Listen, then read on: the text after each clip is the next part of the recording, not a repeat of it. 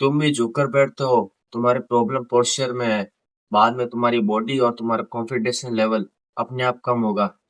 तो आज मैं आपको बताने वाला हूँ आपका पोस्चर कैसे ठीक करें।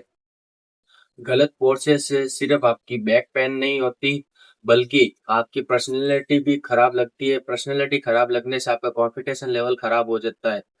तो इसमें धीरे धीरे आपकी समस्याएं बढ़ जाती है। जैसे आपकी नेक पेन होने लगती है, शोल्डर पेन होने लगता है, फिर आपका लोअर कॉन्फिडेंस डाउन हो जाता है, और एयर ब्रीथिंग में भी आपको मुश्किल आती है। बैक पोस्चर का खराब होने का कारण क्या है, मैं आपको बताता हूँ।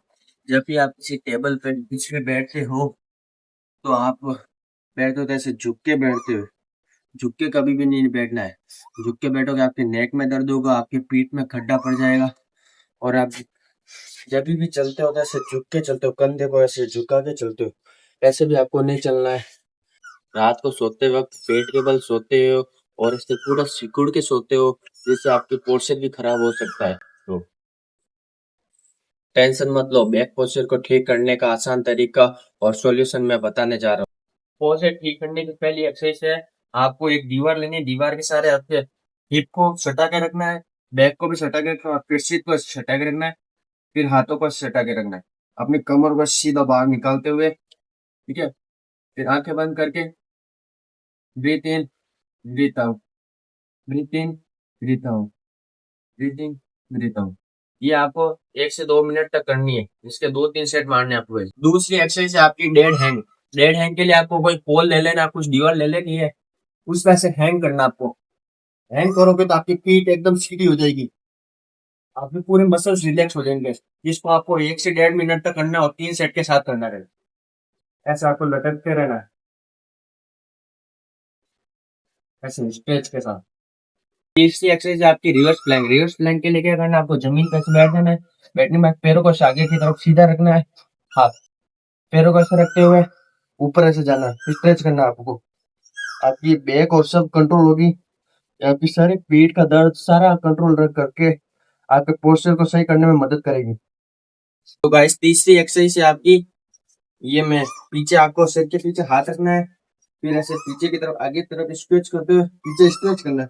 आप पीछे जितना भी स्ट्रेच करोगे ना, आपकी मसल सुबह आउट होगी पीछे की। ऐसे स्ट्रेच करना, फिर आउट करना है, स्ट्रेच करना, आउट करना है। आपकी जितनी भी मसल होगी ऐसे खींचेगी खींचेगी, तो आपकी है ना बैक पेन, ये सारा पोस्चर को कंट्रोल करने में मदद मिलेगी।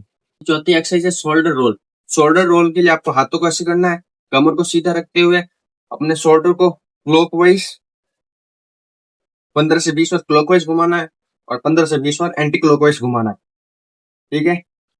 Chest press. चेस्ट प्रेस के लिए आपको एक दीवार पर ऐसे हाथ रख लेना है। दीवार पर हाथ रखने के बाद एक पैर आगे रखते हैं, एक पीछे, फिर ऐसे चेस्ट को स्ट्रेच करना है आपको, जितना उसके आगे स्ट्रेच करना है, ऐसे स्ट्रेच करना है।